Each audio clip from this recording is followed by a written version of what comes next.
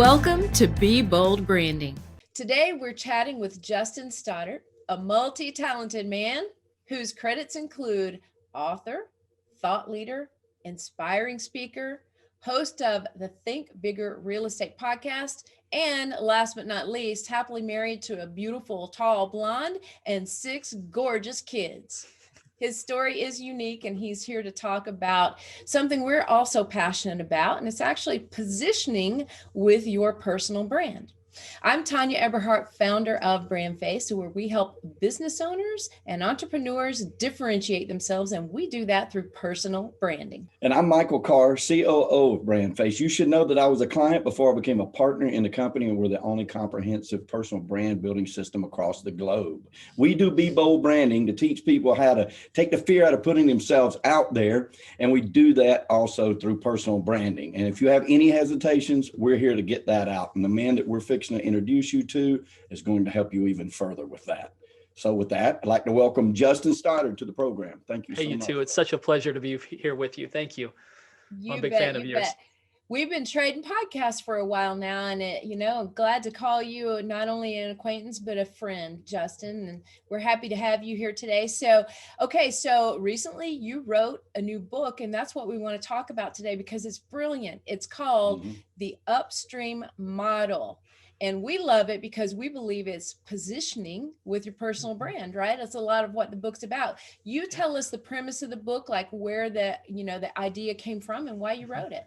Yeah, 100% about positioning. I love what you guys do because there's a lot of bad brands out there. And I think there's people that have big potential. They just need a little bit of guidance, need a little bit of help. So what you guys are doing is fantastic. Yeah, the book is very much about positioning. In fact, I just had a bulk order show up yesterday, and had a couple of people place some bigger orders. So they just showed up. So I've got one here to show off. But the book really stemmed back from when I was early in my, I would say mid-20s. I was a high-end home builder. And I was too young to be building $1 million homes, but too naive to realize that was the case. And I'd worked for a very charismatic high-end home builder. And he really, he moved me up through the company quickly. I was overseeing bigger projects and began to feel pretty confident about the work that I was doing. He began to become very interested in land development to the point where he teamed up with another group. They were developing a lot of land across 4 states.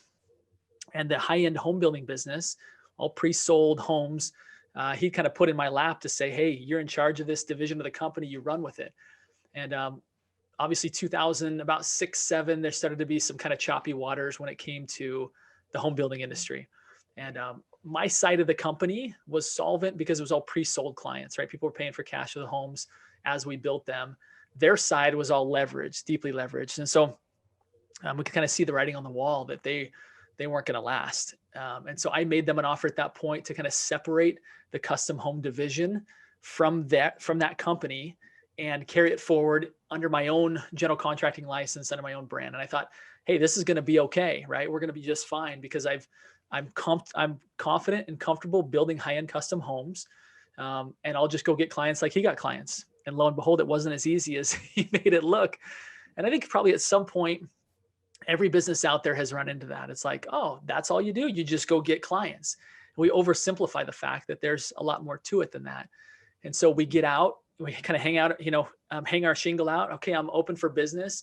And we expect that we're just going to go get business as easy as the company that we worked for in the past. So we realize that this is a whole business in and of itself of getting business. You have to have the proper brand. You have to have the proper positioning. And I realized that, this isn't coming as quite as easy as I thought it was going to be. So I thought, okay, where do I go to get new business? And I thought, well, what do other builders do? What did my previous, employer do? And I, lo and behold, went and spoke with an architect. And I thought, okay, well, they know that business is coming. And so I walked into an architect's office, terrible branding, terrible positioning, handed them a stack of business cards as a solicitor saying, hey, look, I'm a good home builder. I began to spew all over him for 30 seconds to longer, probably several minutes, telling him how good I was and how much how much my clients love me. And here's some pictures of the homes that I built. And by the way, I would love it if you'd refer me, thinking that I had just taken on my first salesperson, right? Without ever having to pay him, this architect was going to refer me all his business. I realized that was a pretty crowded space. And I showed up in his life at that point not as a solution to a problem, but as a problem in and of itself. You see, he didn't have any shortage of builders to refer. There were plenty of builders that he'd already had deep relationships with that were actually even referring him business. So why would he want to spend more time with me and like market me for free, right? Without any value back to him. Right. And I realized that didn't work. I could sense I was emotionally unintelligent enough to walk in and do that, but I was emotionally intelligent enough to realize like that didn't work so well. I could tell that he was not irritated, but he was like, okay, like, come on, get it out so I can put these cards in the garbage can and get on with my day. Get on with my Get day. back to what I do. And get back to work. And so I thought through, okay, what went wrong there? And I realized like, okay, I had identified the fact that going to an architect was a better idea than going out and trying to just market myself to the whole world, right? That if I could identify some key parties in the marketplace that knew that a transaction was going to happen before those clients ever spoke to a builder, that was a good idea. How I approach him, how I went about it was incorrect. I went in with it all about what's in it for me, and let me tell you all about me, and let's talk about me and how you can help me and me and me and me. And at the end of the day, that's not what he was interested in. He didn't know me, he didn't care about me, right? And so my second approach, rather than going in unannounced, I actually networked into that person, identified who knew that architect well, and it happened to be an interior designer that I'd worked closely with. And I said, hey, look, I feel like I'd really work well with this, with this architect. Would you make an introduction? By the way, here's what I'd like you to say when you introduce him. So I was very strategic about the positioning, very strategic about the branding and how I showed up, so that I didn't have to show up in that meeting talking about me. Someone else had already done it for me. And now when I went into that meeting, I could talk about him and what were his desires and his plans and his goals, and most importantly, his challenges, so that then I could walk out of that meeting and not just solve problems that he'd already solved, which is another builder. I could solve problems that he hadn't yet solved. And so that was how I survived until 2008, actually 2009, when the whole kind of building market crashed. At that point, I did some introspection and realized, my passion really is not building homes, it's really building people. And so I set out to find a profession that will allow me to build people, build business, not build homes. So that then when I got into the role that I'm in now, where I get to help real estate agents grow their businesses, I realized that those same principles apply, that there are people in the marketplace that can help real estate agents more than just doing online leads, more than even their own personal sphere. Because the reality is their personal sphere is great, but how many of them, how many of those 200 to 300 people are going to refer on an annual basis? Right. And how many people are you spending time with that aren't going to refer? So if you could identify people in the marketplace that could refer and show up as a peer, as a mentor, as opposed to as a solicitor, now all of a sudden you have this new flowing, warm referral business, not cold lead business, but warm referral business from people that can actually help you. So that's how it then kind of germinated into now helping all well-paid professionals position themselves differently and be in a spot to where their brand really matters. And again, kind of parlaying into the work that you guys do, it's that's what you guys do, which is phenomenal. How you help people show up branded better, positioned better, for success. So it really kind of feeds into what you guys do. That is so fantastic, really. And now that you brought that into a book, got it concise for everybody, right? It's a great book. It is a great book. So let me parlay into that a little bit, because there's a lot more things happening to us, right?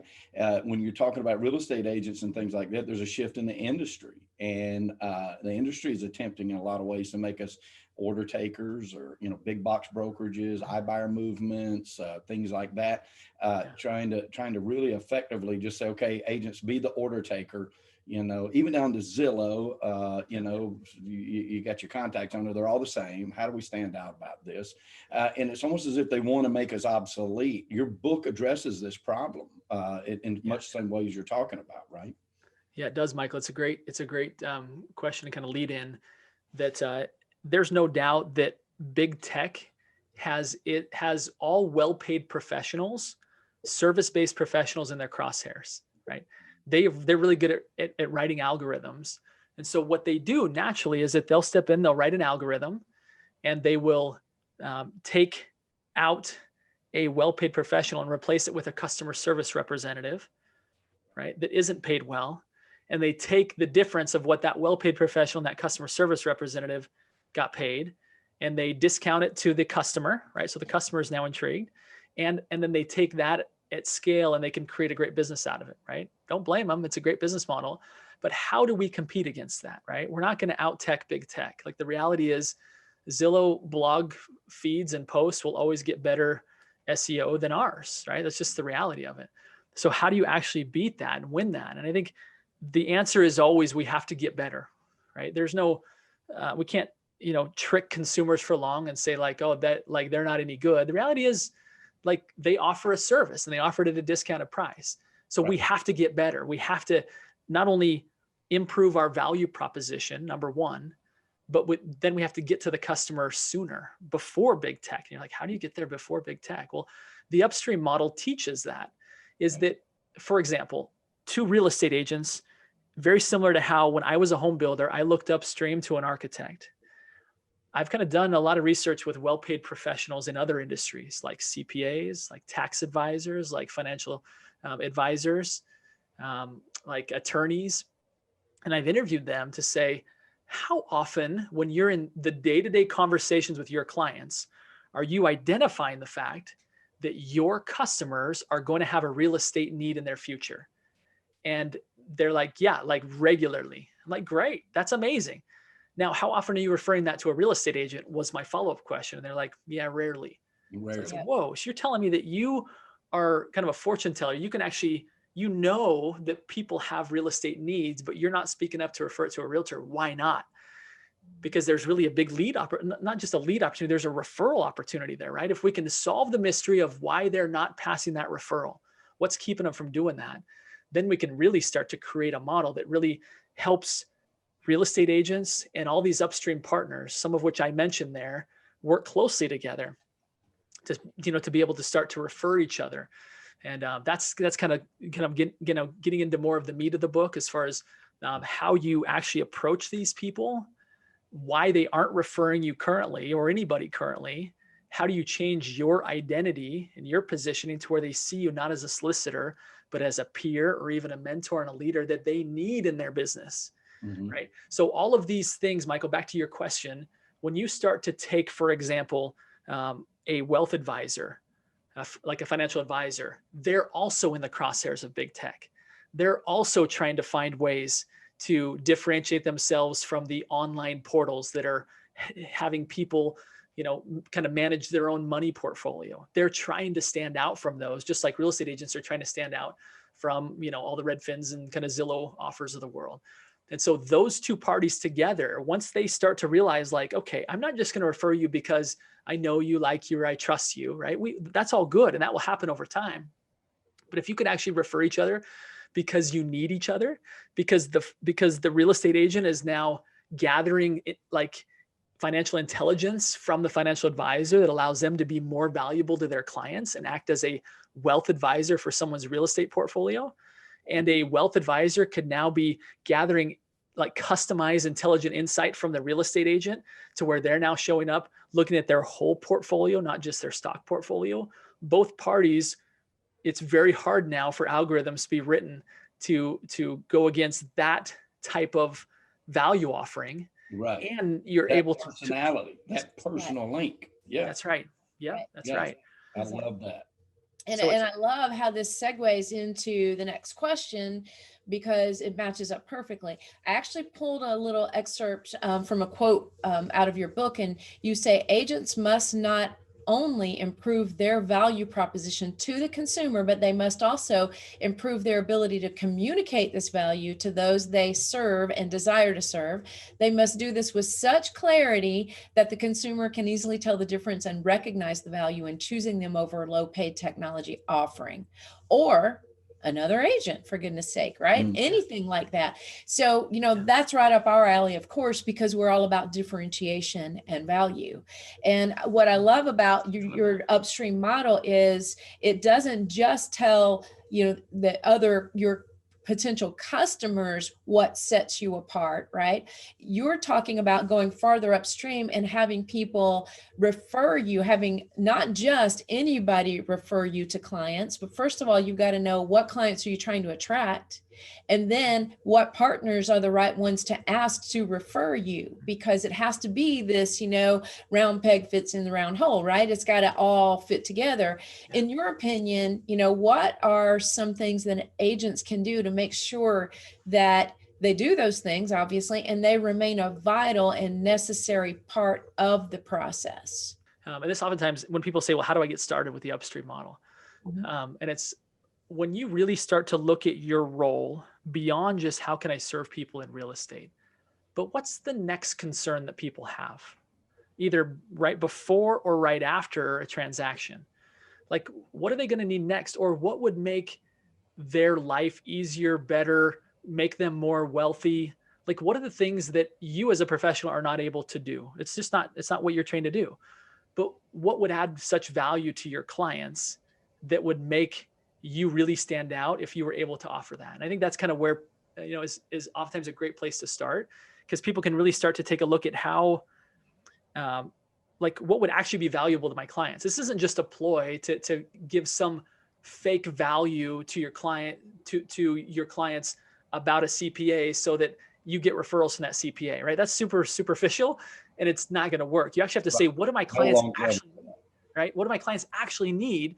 Right. And then at that point, it's like, okay, how do I then approach that professional in the industry and say, okay, how do I integrate what you have to offer into my client experience? Even if it's just passing a referral, or maybe there's tidbits that I can share of data that you're giving me on a regular basis that I can kind of show that I have value there. And then that's a great segue into referring you.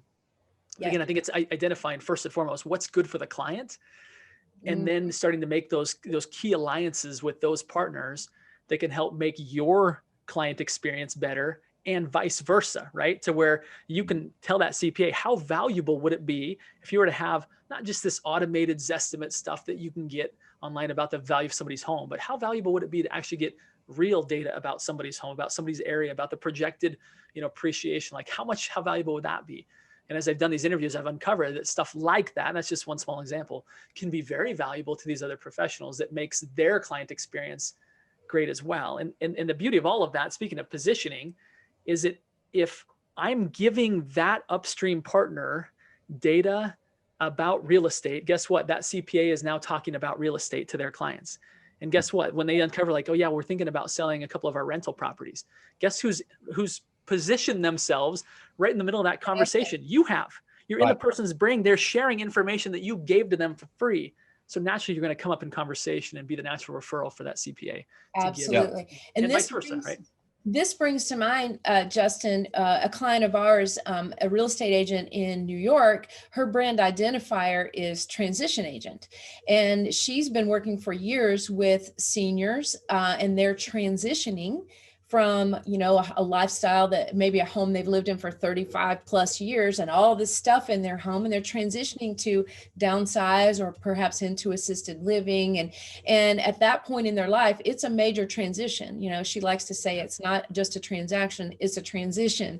And so as case in point of what you were just talking about, she aligned herself with a counselor to bring in to talk to somebody before a big move like that, because she said this move is so much more. It affects so much more than just the person who's moving. It affects the entire family.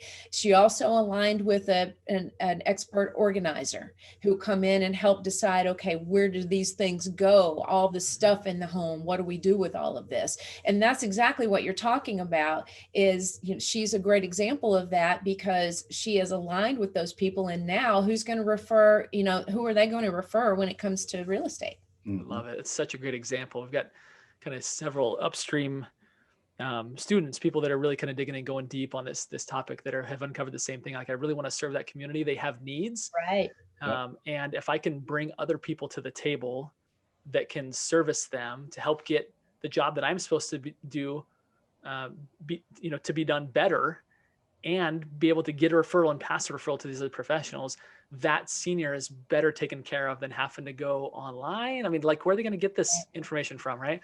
Right. And it's not exactly. vetted, when you don't know. So I really love this. And you also incorporate in your book Not just you break it down, blue collar, white collar, which is just a way to say, okay, in your upstream model, you also have other people that you could go to, like you have your workers, if you will, like your paint professionals and people, landscape professionals that see this, and they notice, hey, why are you cleaning up? Well, we're thinking about selling, and we know we need to spruce the place up. Well, if you've aligned yourself perfectly, and then on the backside of all of those transactions, everybody, every house we sell, somebody asks me, hey, who can paint it? Who can do this? Who can do that?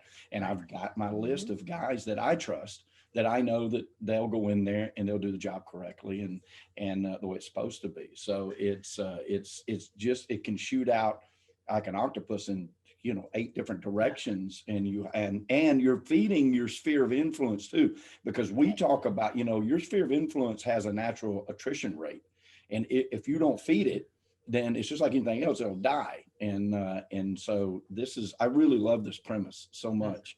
I love what you said there, Michael. You're right. I mean, and from your example, right, being such a big name in the auction space, you realize that when people acquire property, like, their needs are just starting to be fulfilled, right? Like, there's all kinds of stuff that comes after that.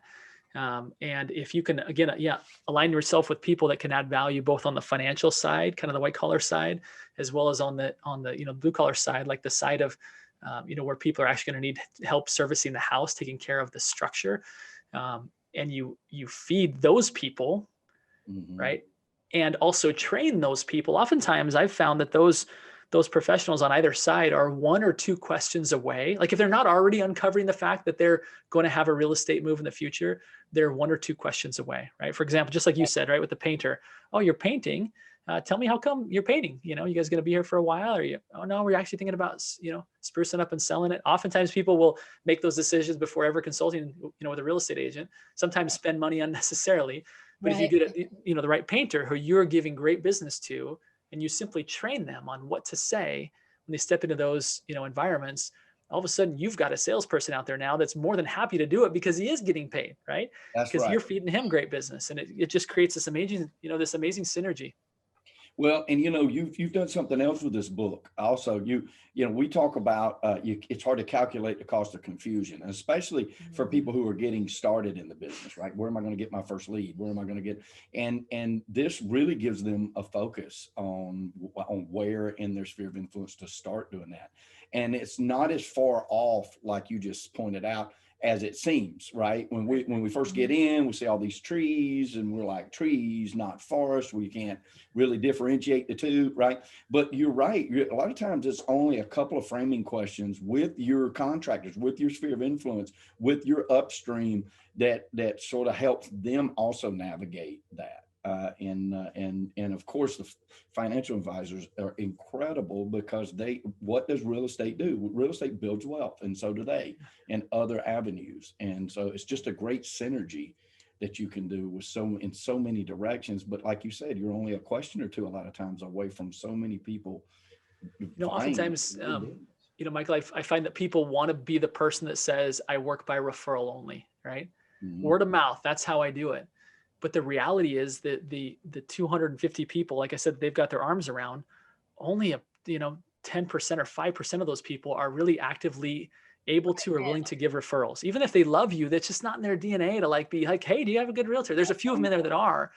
And so it's taking a warm referral business model and making it scalable, because now you can, you focus on 5 people, 10 people, 15 people, where you used to be focusing on 250, and those people produce, because all day long in their job, they're dealing with your next client, right? It's not like they're having to go out of their way and remember that, oh, when my aunt speaks up and says she's going to sell, I need to recommend my realtor. Like, the chances of that happening are pretty low. Like, you've got to love on people a lot and spend a lot of time and energy and effort to get that mind space. But you apply the amazing principles of branding that you guys teach and just apply it to a smaller audience that can actually help you in a big way.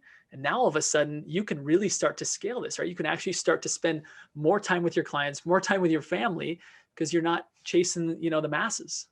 Right. Exactly. And you say something else in your book. It's an old saying, right? If you keep doing what you're doing, we're going to keep getting what we get, right? Like, and so that's an old saying, right? That you say, but you say something different about that. You take it a step further, right? And you say, no, you're not. You'll actually get less and less and less and less So over the years, right?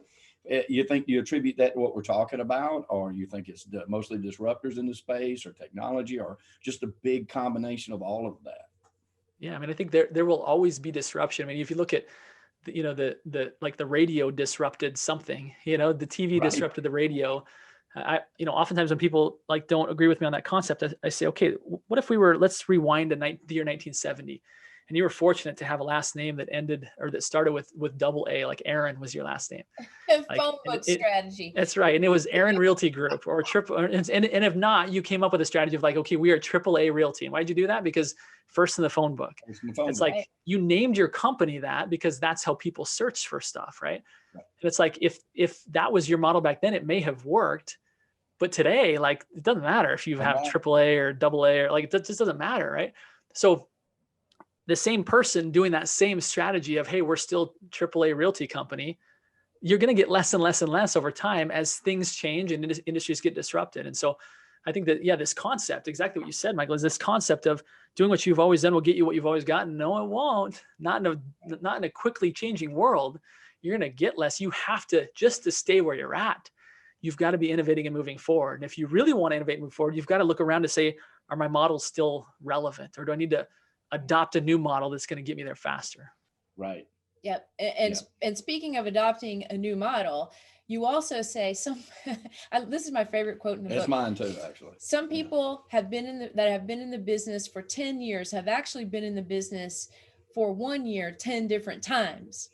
And we could not agree more, because what happens in the marketing frenzy out there is okay, let me see what works today. That will work here today. And no, let me change my whole, the way I'm presenting myself and everything else next year. And then the next year this changes, instead of just focusing in and saying, what kind of life do I want? Who do I want to work with every day? Who can I best help? What's different about me that they're going to appreciate, that's going to be meaningful and helpful to them, and building a brand and then setting out down the road, right? Instead, it's just like slinging it up against the wall and seeing what sticks. And that's the world, that I was raised in through the media, which is exactly why we're doing what we do today of helping people focus.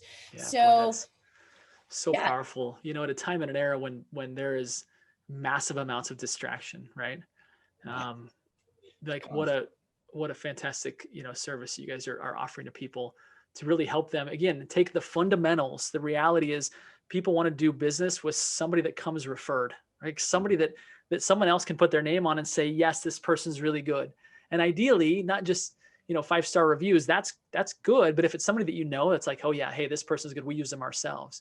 Right. And we're like you and you'll like this person. And here's one thing to be leery of. You can get that kind of feedback.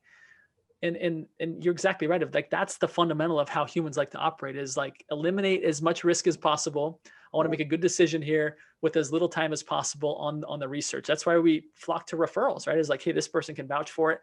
They're like me, they get me. So this must be a good opportunity for me as well. And to be able to hone in and go back to that principle, right? Like you guys said, go back to what actually works, as opposed to all these, shiny objects every other day. Go back to that and really be who, expose and share who you really are, what makes you unique. Man, that just, again, it grounds people back in the reality of human nature, of how we operate, how we work, and allows people to cut out all the fat, right? Cut out all the stuff that causes them to waste so much time. Not only are they wasting time on chasing the masses, but now they're wasting time on how they're going to get to the masses, right? I mean, it's just like a problem compounded on top of a problem. Yeah, it is. It really is. And I think that one of the things about people too, to give our future clients and customers their due, they don't want to have the situation to go bad. You know what I mean? They don't want to have to fire an agent. You know what I mean? And so they have trepidation about the cold call to an agent, because what if it doesn't work out? Now this agent's going to be hounding me all the time. I don't want to be bothered. This guy's going to have my cell phone number. I want to choose this guy instead of this guy. And then I got to be in the position to say, no, I didn't choose you. Like, there's a lot of trepidation in the field like that. Yeah. And when you differentiate yourself and you have a way of standing out against your competitors, and then to take that further into your model, into your upstream, that you're able to introduce yourself to those peripheral people in the same way that you're going to stand out to your customer. And then they're able to refer you. Then you've sort of eliminated a whole lot of fear, even if it's unwarranted fear, it's still there. People still have it, right? What Benjamin Franklin said, what pain hath caused us to fears that have never happened, right? It's most of our fears are up here, but people don't overcome that when they're just trying to sell a house. It's the biggest purchase they've ever made. It's their biggest wealth builder. And they don't want to be caught in a position where they have to do that. And if that somebody they already trust, knows you and how you differentiate, has a good relationship with you, says, hey, this is the guy to call. This is the girl to call. This is the person who's going to take care of you. Then you've cut away a lot of that problem right off the bat. You sure have. You sure have. And I'm gonna leave us, before you have a final question for Justin, I'm gonna leave us with, the men in the audience are gonna really like this. I'm gonna leave you with a sports analogy and a fishing analogy. Okay. Awesome. So sports, I look at it this way. I heard what you say about the basics. I always used to call those, it's your layups and your foul shots, people. Mm-hmm. Don't forget, you can't do too many of them. There's no such thing. Go back to the core. Who are you? We always like to say every great brand, and also would apply to positioning yourself upstream, should answer 5 questions. What sets you apart? Who do you serve? How do you serve them? What qualifies you to serve them? And how does it make their life better? Yeah. And that last question is powerful. And that's really what your book's all about, is how does it make your life better? Now, the fishing analogy, I love the upstream. Michael's just dying over here. That's why he loves you.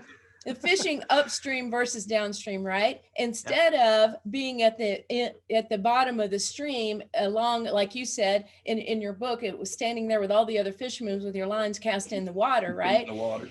Go talk to the hatcheries, go talk to the guy stocking the pond, right? Yeah, sure. That's your upstream, and that's where you want to be. So there's your fishing and your sports. I love it. Go to the mouth of the river. That's right. I love it.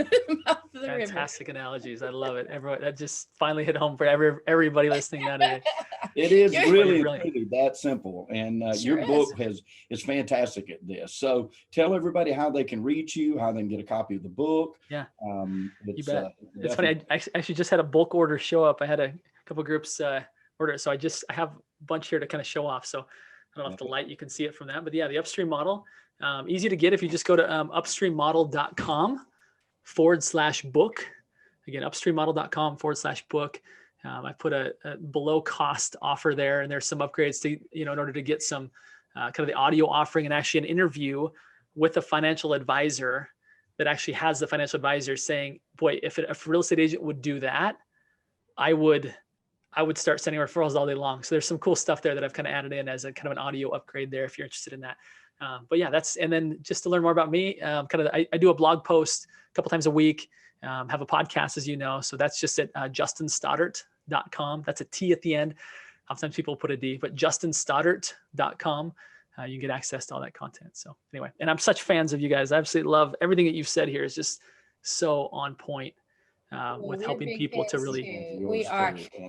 And congratulations. I saw on your book cover, that's already a best-selling book. So congratulations. Yeah. Thank you. It's in today's world, you can kind of like work the algorithms and systems and kind of get like bestseller status in kind of some obscure categories. I was excited to see that in small business and small business and entrepreneurship, and we actually held it for a period of time in kind of a couple different countries. So anyway, that was fun to see. It was nice after you put in all the work, at least some people like it, right? Huge accomplishment. It is. So thank you both. Yeah. And to everybody out there that's going to be watching this, listen, if you have any questions about your brand, if you want to learn more about us, head to discussyourbrand.com. That's discussyourbrand.com. brandface.com, and you can schedule a free session with our team to just talk about branding, or we can talk about Justin and the Upstream Model. We'd love to, and do a warm lead right over to him because it fits. The symmetry is so great. Yeah, it really is. With what we do. So discussyourbrand.com. We highly recommend the book and recommend Justin. So, Yes. And also, guys, if we'd like to invite you to our Facebook group called Build Your Real Estate Brand. You'll find content and engagement there that you won't find anywhere else. And we're going to be promoting Justin's book there too. So our team is standing by to open the gates. Click that join button and come on in. It's Build Your Real Estate Brand. Yep. And when Justin, obviously, we want to thank you for coming on as always. And you're a great friend. And we, to many years of friendship, that's right, and helping real estate agents and other entrepreneurs grow their business and have a better life. You know, we that's why we do this. It's about prosperity, right? And when we say prosperity here, we're not just talking about money. We're talking about the 360 of an abundant life. And we know at BrandFace that prosperity favors the bold. So we say be bold, especially with your brand and with your Upstream model. And so thank you so much for coming. I love it. I love it. You guys are making such a difference. Thank you. Thank you. Thank you, Michael. And thank you, Justin. All right, guys, we'll see you next time on Be Bold.